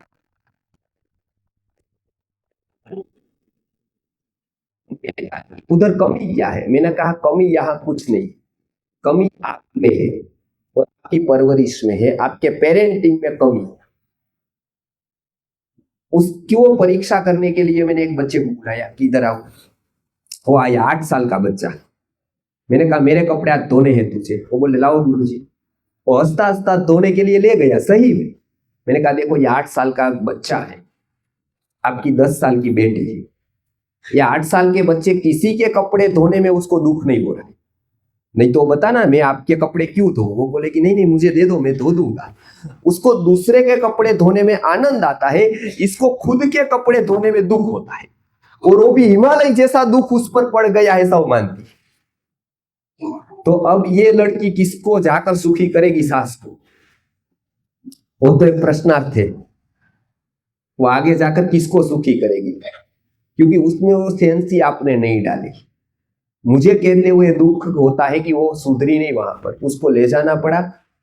और ये बहुत बड़ा दोष हमने देखा, बार बार रोना, बार बार चिल्लाना, बार बार अवसाद हो जाना, व्यग्र हो जाना, कुछ दुख की बात नहीं। वो काम मैं भी कर रहा हूं ऑलरेडी आज सालों से, मेरे पास जबकि स्टाफ है। जब 10 लोगों का मेरे पास स्टाफ है, मैं किसी को भी पकड़ा सकता हूं, तो भी वो मैं कर रहा हूं, मैं खुद का काम कर रहा हूं। वो उस समय पर उसके पास अभी कुछ नहीं है, उसके पास वो उम्र है सीखने की, करने की, वो उम्र में वो कुछ नहीं कर रही। तो ये स्वावलंबन का पाठ उसने नहीं सिखाया है। वो बच्चे के सबसे बड़े दुश्मन माता पिता को मैं मानता हूं। भविष्य का दुख उसकी परिस्थिति के कारण नहीं होगा, उसकी मनस्थिति के कारण। तो सबसे पहला प्रश्न, सबसे महत्व की बात 6 से 10 15 साल की उम्र में आपको सिखाना है स्वावलंबन। अपना काम खुद करने दो, उससे प्राणमयी कोश का जो एक स्ट्रक्चर बनता है। नहीं तो काम करने के आलसी बन जाता है व्यक्ति। और आज भारत की बेरोजगारी का समय, बेरोजगारी का कारण वो नहीं है कि उसके पास पढ़ाई नहीं, उसके पास वो स्ट्रक्चर नहीं। काम तो चाहिए, काम करने का स्ट्रक्चर नहीं है, क्योंकि वो उसको सिखाया नहीं है। अपना हाथ से काम करने का सिखाइए उसको। घर पर रहता है कोई बात नहीं, अपने कपड़े हाथ से धुलवाइए, अपनी थाली हाथ से उठवाइए, अपनी थाली तब ट्रेन में, उसका आश्रम में। जब गए, स्टाफ लेकर गए हैं क्या साथ में, कि चलो कपड़ा वाला साथ में जाएगा, रसोई बनाने वाला साथ में जाएगा, एक और जाएगा, ऐसा लेकर वो जा सकते थे। वो खुद गए हैं ना, खुद गए हैं, खुद ने सब पाया है। तो ये बच्चों की शिक्षा है स्वावलंबन की। 6 से 15 साल की उम्र जिस बच्चों की है, उसको दूसरा सूत्र ये है स्वावलंबन। स्वावलंबन उसको सिखाइए, खुद का काम खुद को करना है, खुद के कपड़े खुद को रख देने हैं, खुद के धो लेने हैं, खुद की बर्तन खुद का बर्तन खुद को मांजना है। अब क्या होगा पता है उसको, काम करने की आदत पड़ जाएगी, प्रमाद नहीं होगा। प्रमाद इंद्रियों का भी होता है, शरीर का भी होता है। आज बहनों में है ना, इसलिए बहनों को हमने ये शिक्षा नहीं दी है। देख इसका परिणाम क्या है, अंतिम बता। बारिश हो रही थी, हम राजकोट में गए थे, बहुत सारे लोग मुझे फॉलो करते हैं, पेपर में, मैं प्रिंट मीडिया में मेरा आता है, यूट्यूब पर मैं डालता हूँ पूरे के पूरे। तो गुजराती भाषा में वो लोग पढ़ते हैं, सुनते हैं, तो फोन करते हैं। तो मैं कभी कभी वहां से निकलूं तो मिलने भी जाता हूँ बहुत लोगों को। तो वो बताते कि आ जाओ कभी, हम उनका मन रखने के लिए कभी उससे दूध लेता हूँ, कभी चाय पीता हूँ, कुछ भी। बारिश आ रही थी तो मैंने सोचा कि यहाँ से निकला हूँ तो ये बहन मुझे बुला रही थी, तो मैं वहां पर जाऊँ, तो फोन किया कि आप मुझे बुला रही थी, बारिश आ रही है, मैं ऐसे ही यहाँ खड़ा हूँ गाड़ी में, आपका घर सामने ही है, तो आ जाऊँ। बोले हाँ हाँ आ जाए, मैं एक वेजिटेबल्स लेने के लिए गई हूँ, लेकिन आप आ जाइए, मैं पहुंचती हूँ तुरंत, क्योंकि 3-4 महीने हो गए मैंने बताया कि भाई मैं फ्री नहीं हूँ, काम बहुत है। तो वो वहां पर मैं 15 मिनट आऊँ, आप घर पे जाइए, है मेरी बच्ची बेटी है, मुझे काम, आपका खास काम है। मैंने कहा ठीक है, मैं घर पे जाता हूँ। मैंने नॉक किया डोर को, उसने दरवाजा खोला बेटी ने, तो यहाँ पर हैंड्स फ्री लगाई थी, गाना सुन रही थी वो। उसने कुछ नहीं बोला, वो मुझे पहचानती है, वो पता है कि वो मैं ये प्रवचन करता हूँ वो है। तो ऐसे ही द्वार खोलकर खड़ी रही, मम्मी नहीं, बाहर गई। तो मैंने कहा कि वो मुझे पता है, मैंने उसको फोन किया था अभी, बताया कि घर पर आप हो, ठीक है बोले। तो अब मैंने बताया हम अंदर आए, तो बोले कि आ जाओ। तो अंदर हम गए, हम तो सोफे पर ऐसे बैठ गए, वो अंदर चली गई रूम में, वो लेकर पूरा मोबाइल लेकर। अब वो स्थित प्रज्ञ की तरह बैठी बैठी रही, जैसे उसको कुछ लेना देना नहीं है, बराबर है, दुखे उद्विग्न मना, बराबर है।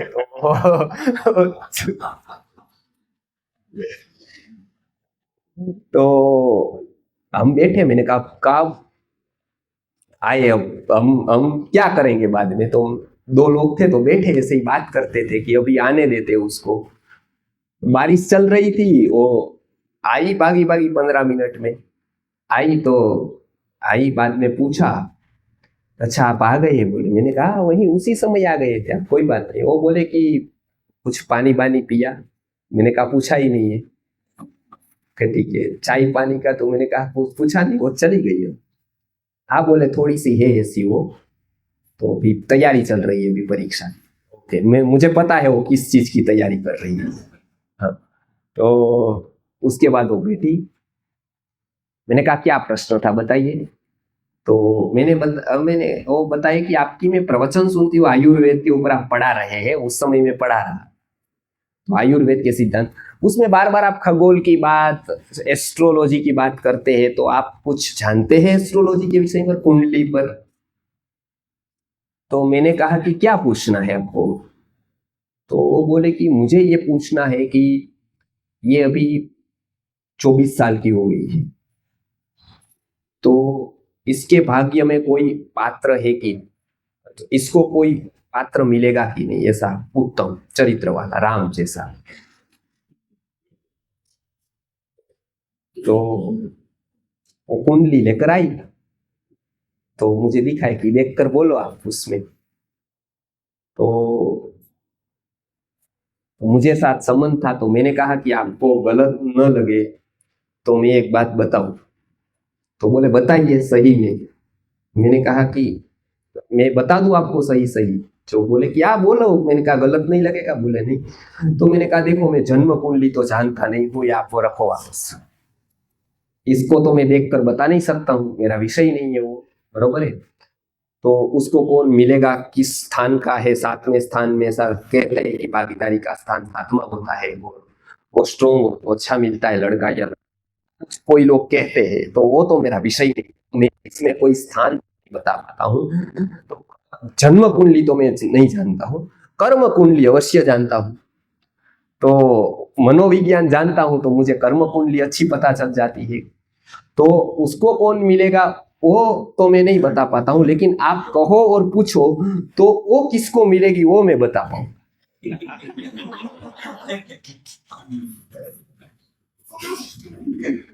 तो बोले कि दोनों एक ही हो गया, वो बता दीजिए, दोनों का मीनिंग तो एक ही हुआ ना। तो मैंने कहा कि जिसके साथ जन्म के पाप होंगे और इसी जन्म में जल्दी भुगतने होंगे, उसको वो मिलेगी। तो बोले कि ऐसा नेगेटिव क्यों बोल रहे, बराबर है। तो मैंने कहा देखो, स्त्री का सबसे प्रमुख गुण संवाद का, परिवार व्यवस्था पूरी टिकती है, आप में कोई गुण न हो चलेगा, आपके पास अच्छा संवाद होना चाहिए, बराबर है। ये परिवार व्यवस्था को टिकाने वाली नींव है। आपके पास अच्छा संवाद होना चाहिए। आप कुछ नहीं करो, बराबर, आपकी सास कुछ काम नहीं करती है, पड़ी रहती है, बैठी थी, कुछ भी, और आपको भी अच्छा नहीं लगता है काम करने का, कोई बात नहीं, आप वाणी अच्छी रखो, आप उसको 2 बार पूछ कराओ, मैं कुछ दूं आपको, बराबर है। तो ये संवाद है ना, वो आपका संबंध को प्राणवायु देगा। हजारों लाखों रुपए है, लेकिन आपके पास संवाद नहीं है ना, तो आपका परिवार कभी टिकने वाला। आपके पास अच्छा संवाद होना चाहिए। गृहिणी का यही लक्षण है। वो संवाद कैसा करती है, संवाद से ही अतिथि प्रभावित होते हैं, संवाद से ही प्रसन्न होते हैं घर पर। संवाद अच्छा होना चाहिए। इसके लिए हम वैदिक पेरेंटिंग के क्लास करते हैं हमारी बच्चिया को, जो स्त्री की साइकोलॉजी है, जिसको हम वुमन की तरह उसको पढ़ाते हैं कि किस स्त्री में कौन से गुण होने चाहिए, बराबर है। तो उसमें हम ये अवश्य सिखाते हैं। पहला गुण उसका जो कोई मुख्य है तो वो है संवाद कला। संवाद किस तरह से उसको करना है। मैंने कहा कि वो प्राण है, अब उसमें वो जीरो है। आपने आईटी कराया है, एमबीबीएस, उसका कोई मतलब यहाँ पर नहीं है। जब वो कोई आदमी को खड़ा देखती है, उसको पहचानती है, और वो नहीं कहती है कि आप अंदर आ जाओ, तो मुझे तो रूड लगी। मैं दूसरी बार नहीं आता यदि आप नहीं होते तो। मैं उसका आईटी वाला नहीं देखता, मैं उसका एमबीए नहीं देखता, उसका गोल्ड मेडल नहीं देखता, क्योंकि वो सारे परोक्ष है। वो कोई सामने लेकर घूमते हैं उनकी, देखो मैं गोल्ड मेडलिस्ट, वो सारे। और आज तो गूगल को भी समझ में आ गया, वो भी देखता है कि ग्राहक उसका पीएचडी नहीं देखेगा मार्केटिंग, वो उसकी भाषा देखेगा, वो संवाद देखेगा। एक बार संवाद हुआ ना, सभी की शुरुआत वहीं से है। किसी भी प्रकार से बड़े से बड़ी मार्केटिंग हो, बड़े से बड़ा संस्कार की प्रक्रिया हो, बड़े से बड़ा सोशल रिलेशनशिप हो, किसी भी की संवाद का आरंभ कहां से है, संवाद से है। आप बात कैसे करते, किसी के साथ कैसे बात की जाती है, उसका हम साइकोलॉजिकली प्रोसेस सिखाते हैं। महिलाओं को एक आ गया तो हमारी 80% परिवार व्यवस्था बच जाएगी, डाइवोर्स के केस कम हो जाएंगे। केवल एक ही बात करो और खुदे कुछ मत दो उसको, दाई उसमें वो शादी के लिए जो जाती है तो गिफ्ट में, उसको केवल एक सिखाओ कि आपको कैसे बोलना है और कैसे रहना है। आप जब जा रही हो तब आपको, अब दूसरे के घर जा रहे हो तो हमारा व्यवहार कैसा होना चाहिए। हम जब दूसरे के घर आते हैं बेंगलुरु में, तब हमारा प्रभाव हमारे कम होता है, हमारे प्रवचनों से कम होता है, हमारी एजुकेशन से। हम जहां रहते हैं वहां हम कैसे रहते हैं, तब उसके साथ हम कितना मिल पाते हैं, उसको कितनी कम से कम दुविधा देते हैं, कितनी सुविधा में हम मर्ज हो जाते हैं, कैसे उसके साथ हिल मिल जाते हैं, वो बहुत महत्व का पार्ट होता है। वो शिक्षा का बहुत महत्व का पार्ट है। और ये तो हमारे लिए तो शायद ऑप्शनल है, क्योंकि हमारा तो काम ये है, तो हम तो कोई होटल में भी ठहर सकते और वो उस प्रकार की स्थिति भी हमारी है, बराबर है, लेकिन उसके पास तो ऑप्शनल नहीं है, कंपल्सरी है। तो ये खास दूसरी जो कला है बहनों को, वो खास सिखानी है, संवाद कला। उसका समय भी 6 से 15 साल का ही है। ये संवाद कला आपने सिखाई, ये आपने एक भविष्य उसका सिक्योर कर दिया।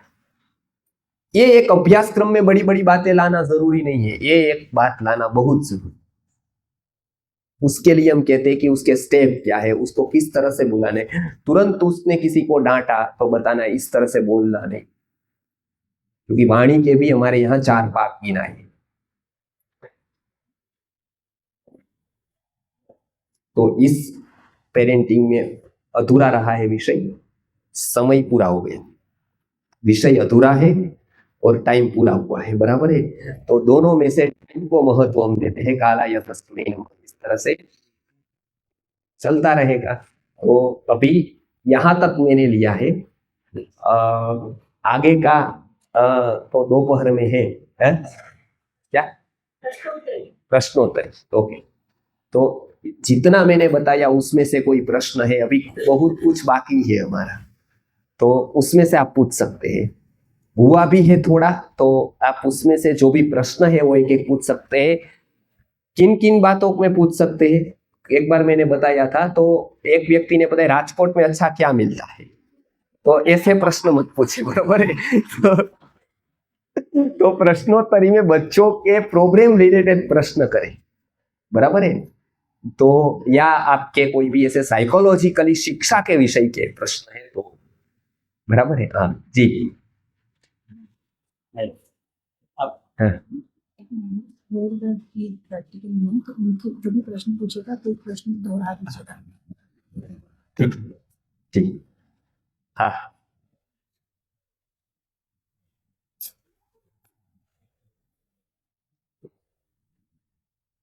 हाँ हम्म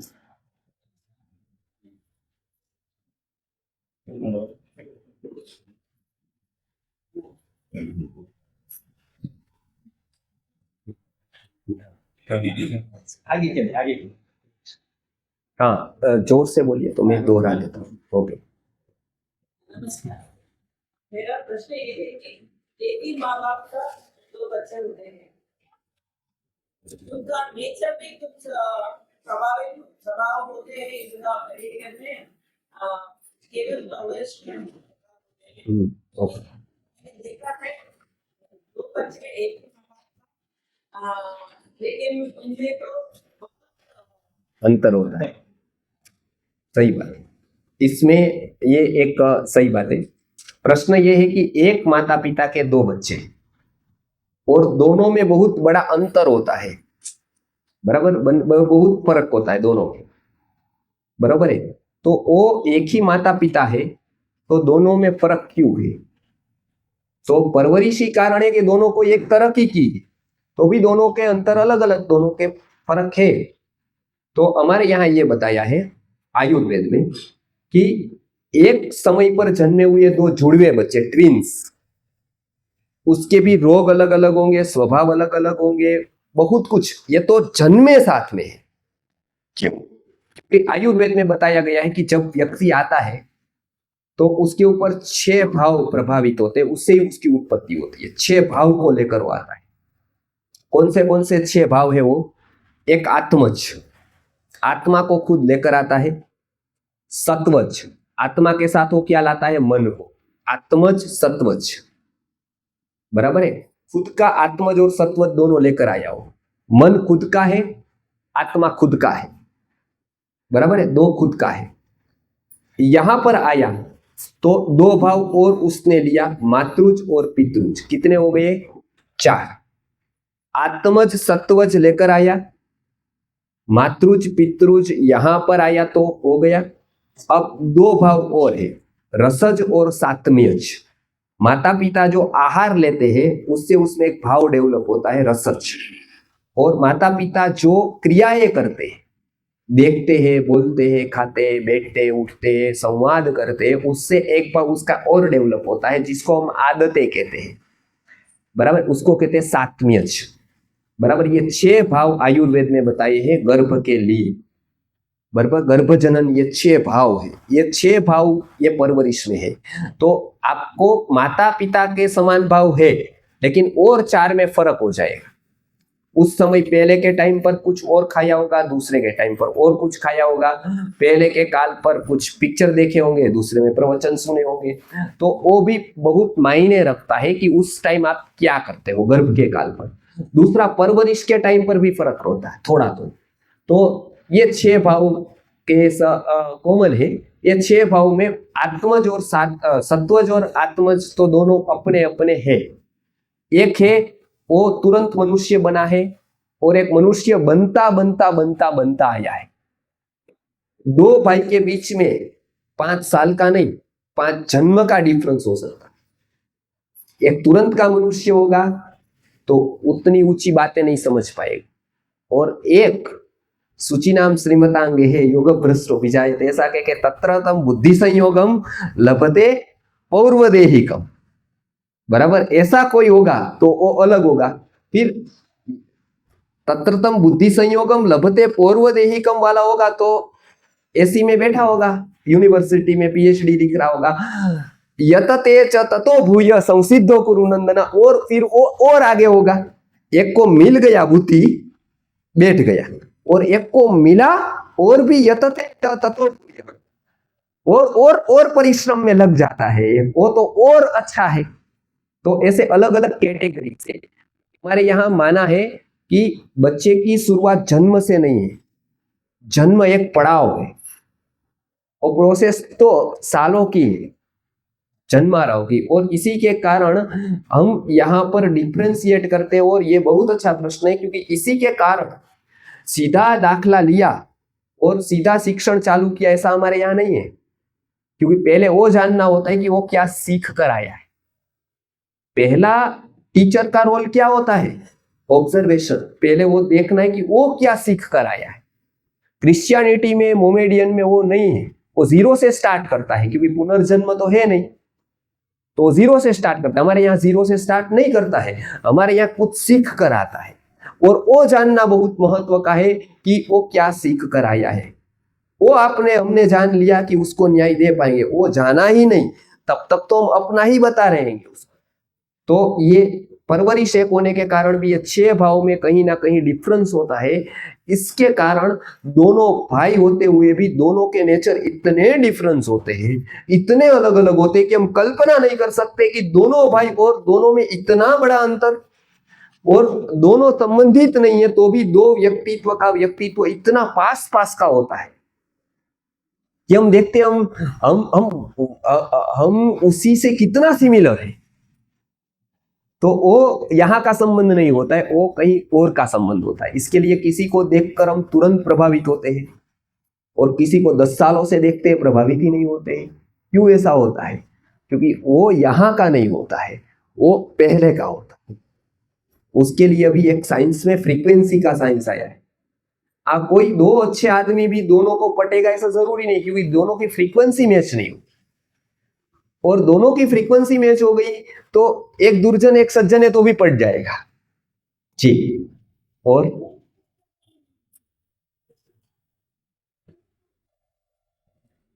मैं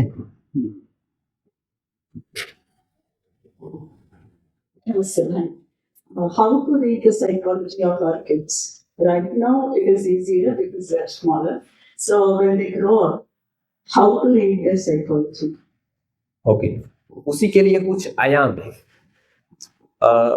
जो ऐसे प्रैक्टिकल है पूरा। तो थियरी में तो कम बता सकते हैं, क्योंकि गुरुकुल में ये पूरा का पूरा पारंपरिक सिखाया जाता था कि वो कैसे लक्षण, जैसे डॉक्टर है वो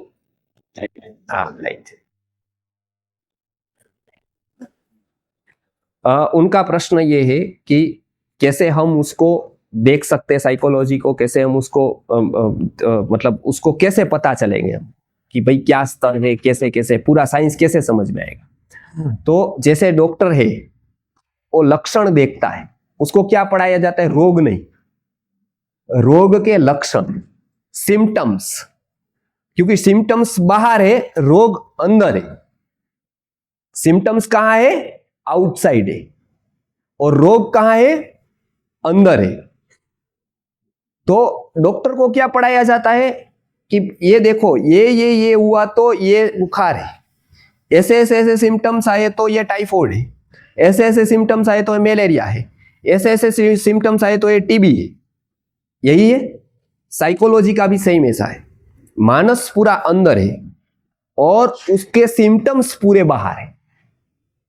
तो वो बाहर के सिम्टम्स को गुरुकुल की शिक्षा व्यवस्था पद्धति में उसको देखने का एक तरीका, जैसे वो आता है तो कैसे आता है, बैठता है तो कैसे बैठता है, वो बार बार क्या बोलता है, उसका ध्यान किस वस्तु पर है। वो जब गुरुकुल पे या आपके घर पे भी कोई बच्चा हो तो उसका एक एनालिसिस होता है। जब उस दृष्टि से हमने बच्चे को देखा ही नहीं होता है, हमने क्या देखा होता है? उसका शरीर। उसको चोट लग गई तो हम देखते ए लगा दो कुछ ट्यूब लगा दो, एंटीसेप्टिक लगा दो, क्योंकि हमने वो। लेकिन यहां चोट आ गई तो हमने देखा ही नहीं कि यहां चोट आ गई है उसको। यहां चोट आ गई तो हमने देखा ही नहीं, क्योंकि वो तो चोट हम ही देते उसको रोज। तो वो एक हम ऑब्जर्वेशन स्किल सिखाते कि जब बच्चा कोई बाबत में आपको फ्रस्ट्रेट लगे, निराश लगे कोई, तो आपको कैसे जानना है, आपको क्या करना है, आपको उसको डांटना है कि नहीं डांटना है, पहले हमको तो पता होना चाहिए। तो वो सिम्टम्स से पता होता है, और वो सिम्टम्स हमको तुरंत नजर में आते हैं जैसे हम उसको सीखते हैं। जैसे ऑब्जर्वेशन स्किल सीखते हैं कि बच्चे को ऑब्जर्व कैसे करना है। और ये आया तो बच्चों में आत्महत्या जो हो रही है, सुसाइड करते हैं, और रेशियो बहुत कम हो जाएगा। क्योंकि आज हम वो समझ नहीं पाते हैं, सालों तक समझ नहीं पाते कि उनकी मन की बात क्या है। इसके लिए प्रॉब्लम है, वो अपनी बात बता नहीं पाता है, हमारे पास वो समझने का तरीका नहीं है, वो तो मैच्योरिटी नहीं है। तो उसके लिए हम एक सिखाते हैं कि जैसे साइकोलॉजी है, जैसे मैं कुछ बातें बोलकर बताता और कुछ बातें मैं न बोलकर बताता, मेरे इशारों से, मेरे वर्तन से बताता। बराबर है?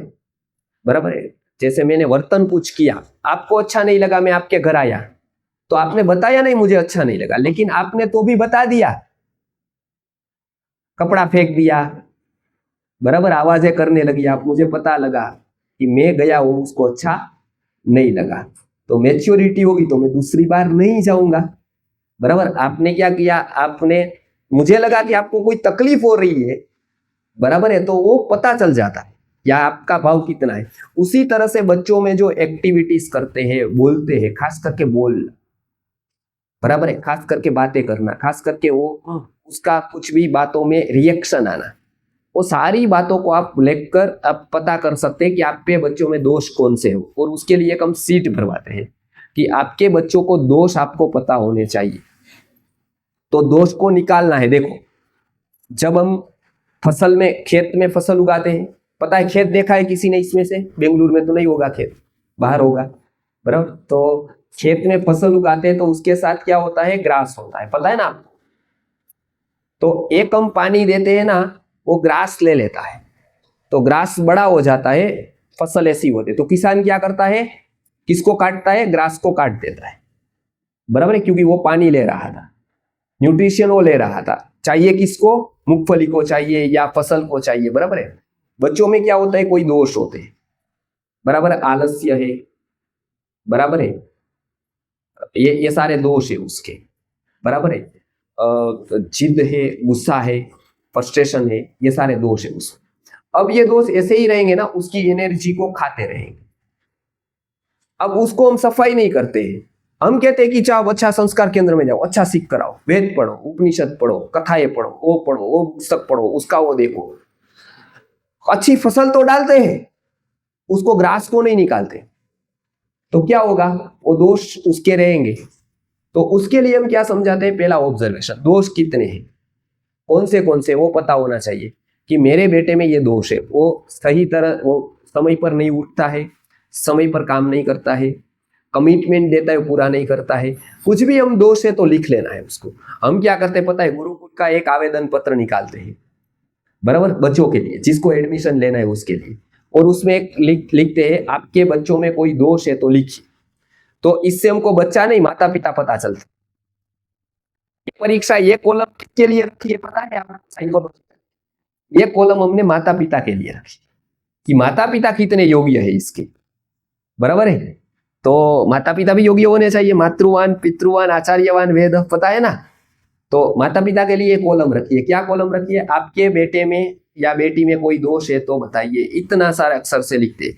ज्यादातर लोग इस कॉलम में इतना लिखा है इतने बड़े अक्षरों से लिखते हैं। क्या लिखते पता है? कोई दोष नहीं है।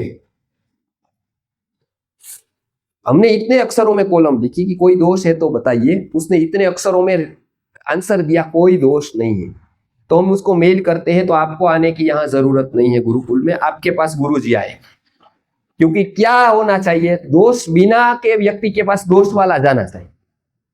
मैं दोष वाला हूं, मेरे में बहुत सारे दोष है, बराबर है, तो मुझे वहां जाना चाहिए। वो दोष बिना का है, निर्दोष है, वो दोष रहित है, तो उसके पास मुझे जाना चाहिए। तो हम मेल कर देते उसको। तो आपको जरूरत नहीं, कहा कोई दोष है तो सुधारने के लिए भेज सकते, कोई दोष ही नहीं है तो वैद्य का क्या काम है, रोगी नहीं है। तो ये एक है, बराबर है। तो हम वो क्या करते हैं, स्किल। सबसे पहला बच्चों के लिए आपका ऑब्जर्वेशन होना है साइकोलॉजी के पर्सपेक्टिव से कि उसमें क्या दोष है। पहले दोष होते हैं शारीरिक, फिर प्राणिक, फिर मनोवैज्ञानिक, फिर बौद्धिक और फिर आत्मिक। उसमें पहला शारीरिक, आदत उसकी अच्छी नहीं है तो पहला बैठता है कि नहीं अच्छी तरह से।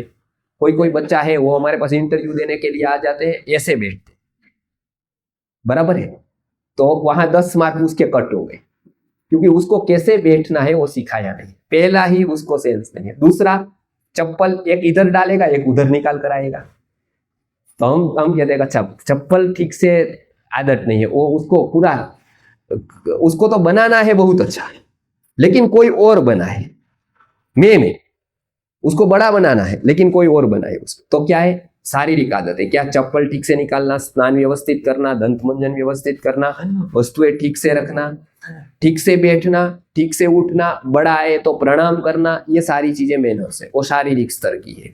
फिर हम प्राणिक स्तर की बताते हैं, साहस, गेम, ये सारी कुछ है, बराबर है, डिसिप्लिन, ये सारी प्राणिक स्तर की है, प्राण संबंधित है। तीसरा मनोवैज्ञानिक स्तर की है, बात कैसे करना, बोलना कैसे, कोई बोलता है तो चुप कैसे रहना, दो लोग बात करते हैं तो बीच में नहीं जाना, ये सारी मनोवैज्ञानिक है। बौद्धिक स्तर की है, कुछ सोचना, चिंतन करना, कुछ भी दे तो तुरंत जवाब नहीं देना, चिंतन करना उसके ऊपर, ये सारी बौद्धिक है। आत्मिक है, गुण का विकास करना, बराबर है कि आत्मिक गुणों का विकास करना, उसका पढ़ने के लिए, उसके लिए कोई अच्छे गुण ग्रहण करने के लिए उसकी क्षमता कितनी है, और इसमें अच्छी चीजें कितनी देख सकते। कोई लोगों का एक आदत होता है कि वो बुरी ही वस्तु देखते रहते हैं, वो प्रवचन में आएंगे तो भी ये कहेंगे कि इसकी गलती हुई 4, ऐसा कहेंगे ना, अच्छा नहीं लगा 4 गलती थी, लेकिन 40 बातें अच्छी थी, वो उसने नहीं थी, क्योंकि उसका माइंडसेट ही ऐसा तैयार नहीं किया अच्छा देखने का। तो ये पूरे के पूरी एक थीम है कि बच्चों को पहले ऑब्जर्वेशन करें, फिर उसमें क्या क्या कमी है वो लिखे, फिर हमको दिखाए, फिर हम आपको उसका एजुकेशन देंगे कि ये देखो आपको इस तरह से उसका ऑब्जर्व करना है। पहले तो हम ये स्वीकार कर ले कि बच्चों में कमियां हैं, दोष है, और उसको बताए। ठीक से नहीं उठ रहा है तो उसको आदत डाले सुबह जल्दी उठने की। उसके कारण उसको बदलने से नहीं होगा, हमको बदलना पड़ेगा। हम देर से उठ रहे तो हमको पहले जल्दी उठना होगा, उसके बाद उसको उपदेश देना होगा कि देखो हम उठ रहे हैं, बराबर, आप भी उठो, अच्छा है, बराबर। तो एक पूरी प्रोसेस है। तो ये साइकोलॉजिकली कोई एक सब्जेक्ट नहीं है, पूरा जीवन से जुड़ा हुआ आयाम, बराबर, जिसको हम एप्लाइड साइकोलॉजी कहते हैं। जी, ओके, और कोई? जी हाँ, बोलिए भैया। पहले सेशन से होती आपने कहा कि माता का क्या महत्वपूर्ण है, पर अभी जो समय है माता पिता दोनों काम करते हैं, अभी दे कर सकते, फिर भी पिता का भी रोल थोड़ी रहना चाहिए, जो मैं मानती हूँ। तो आपका क्या है? हाँ, ये बराबर है। अभी देखो, ये तो मैंने सिद्धांत बताया, एक होता है सिद्धांत। आईआईटी में भी यही था, आईआईटी मुंबई में प्रोग्राम किया था ना, उसमें यही था, मैंने बताया बहनों का रोल ज्यादा होना है। वो बोले कि आप महिलाओं को ऐसा क्यों कह रहे हैं, बराबर है। तो मैंने कहा ताड़न का तो 10 साल का पिता का ही रोल मैं बता रहा हूँ, उल्टा उसका वो कर रहा हूँ ना। अभी दोष भी माता को ही देते थे। हाँ, साइकोलॉजिकली में देखते हैं ना तो ऐसा कुछ नहीं है कि कोई ऐसा में पक्षपात नहीं है। जो जैसी सृष्टि है वैसी आरंभ से है और अंत तक ऐसी रहेगी। ज्यादा प्रभाव माता और पिता में से, दोनों में से आप देखोगे कि माता का प्रभाव ज्यादा है। वो चाहे साथ में काम करते हो, साथ में रहते हो, साथ में एक ही तरह के सॉफ्टवेयर इंजीनियर हो, एक ही तरह के सब्जेक्ट वाले हो, कुछ भी हो, बच्चों का जब प्रश्न आता है, बराबर है, तब माता की जिम्मेदारी ज्यादा आती है, बराबर है, वो तो पक्का है। अच्छा, ज्यादा चाहता कौन है बच्चे को दोनों में से, वो आपको पता है, बराबर है, वो माता चाहती। अच्छा, उसके बिना खालीपन किसको लगता है, पुरुष को लगता है। उसको तो कंटाल आता है वो ज्यादा बैठे तो, बराबर है। तो ये सारी साइकोलॉजी के सब्जेक्ट को देखकर दोनों चाहे एक ही इक्वल हो तो भी माता के साथ जो जुड़ाव बच्चे का हो पाता है ना, वो कभी पिता के साथ नहीं हो पाता है, ये निश्चित है, बराबर है। तो माता को स्वयं की जिम्मेदारी समझनी चाहिए, बराबर है। उसका प्रभाव जो बेटे या बेटी पर होता है वो पिता का कभी नहीं होगा, चाहे पिता षट दर्शन का आचार्य हो जाए, बराबर है, कितना भी हो। प्रभाव की बात है, वहां पर देखो विद्वत्ता काम नहीं करते, कनेक्शन काम करता है। मेरा एक बार इससे कनेक्शन हो गया ना, उसके बाद उसको न जमे ऐसी भी मैं 5 बातें करूंगा ना तो वो सहन कर लेंगे, वो स्वीकार कर लेंगे, क्योंकि वो कनेक्शन हुआ है, बराबर। माता के साथ जो कनेक्शन है ना वो पिता कभी नहीं बिठा पाएगा, क्योंकि वो साइकोलॉजिकली और मनोवैज्ञानिक कनेक्शन है, वो भावनात्मक कनेक्शन, बराबर है। तो माता को क्या करना है, माता के पास वो भावना की अपेक्षा है, तो वो सारी बातें माता को बोलता है, पिता को नहीं बोलता। ज्यादातर केस में पिता को नहीं बोलता है, माता को बोल देगा, क्योंकि माता के पास वो खुला रह सकता है, पिता के पास नहीं रह सकता है। देखो वो खुलेगा नहीं, वो विद्वान है, बराबर है, बड़ा है, बराबर है, लेकिन माता एक ऐसा स्थान है जहां पर वो ओपन हो सकता है, और वो स्थान बहुत महत्व का है कि जहां पर वो ओपन हो सके। हमारे यहाँ एक स्थान ऐसा रखा था गुरु का, गलत से गलत बात, निम्न स्तर की बात, न्यून से न्यून बात में एक जगह पर बता सकता हूं गुरु, क्योंकि जगत में एक ऐसा व्यक्ति है जो इसका मिसयूज नहीं करेगा, बराबर है। वो उसका वीकनेस का लाभ नहीं लेगा, वो एक बार सुनेगा निकाल देगा कि चलो ओके, वो उसकी मर्यादा, इसके लिए वो प्रायश्चित देते, बराबर है। क्यों? क्योंकि उसकी पाप से कितना भी गहरा पाप हो, गुरु का रोल ये है कि वो उसका मिसयूज नहीं करेगा, वो एक की बात दूसरे को नहीं बताएगा, वो वहां पर सीमित कर देगा, उतना बड़ा उसका पेट है, बात समा देगा, बराबर है। नहीं तो उसके पास में मैच्योरिटी होनी चाहिए। नहीं तो बहनें क्या करती है, ज्यादातर हर एक को बताती है कि तू किसी को बताना मत, और वही